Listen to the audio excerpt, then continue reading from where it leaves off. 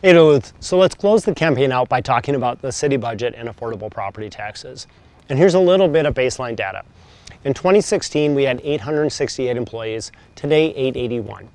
The city general fund in 2016 was $80 million, $106 million today, and a proposed $108 next year.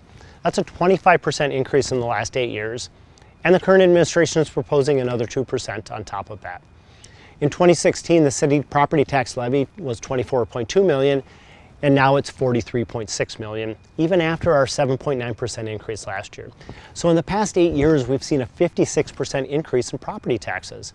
No Duluthian I know has seen that similar increase in their wages.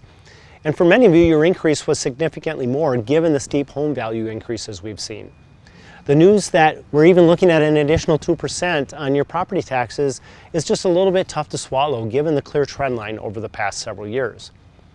Property taxes are inherently regressive, meaning they're not based on our ability to pay.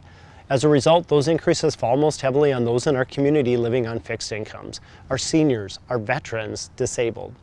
Now, it's reasonable for residents to contribute, but property taxes must be affordable and they must be sustainable.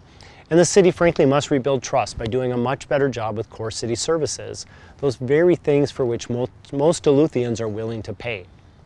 So what practical steps can the next mayor and administration take? First, no candidate should pledge no new taxes. I won't. However, based on the data, insufficient revenue is not the issue. So step one is ensuring that city resources and staff are clearly aligned with our top priorities: core city services, streets, utilities, fire, and police, our neighborhood parks and community clubs. We also currently have $80 million in cash external to the general fund.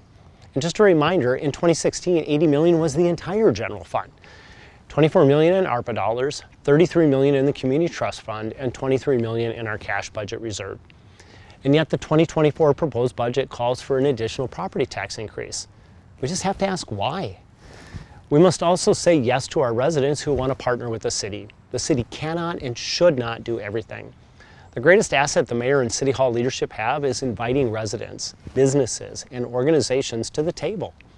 A couple great examples are the Duluth Heights Community Club, Daha skating facilities, and Lester Golf. All are classic examples where residents want to actually engage, volunteer, and donate for the greater public good, and are currently being told no. This runs against the civic core of Duluthians and makes many public services and assets more expensive. Duluth, I'm so grateful for your partnership, support, and participation over this entire campaign. I am so excited as we push towards the finish line. Thanks for being on Team Roger for Duluth, Team RFD as we like to say, and I can't wait to get to work after the election.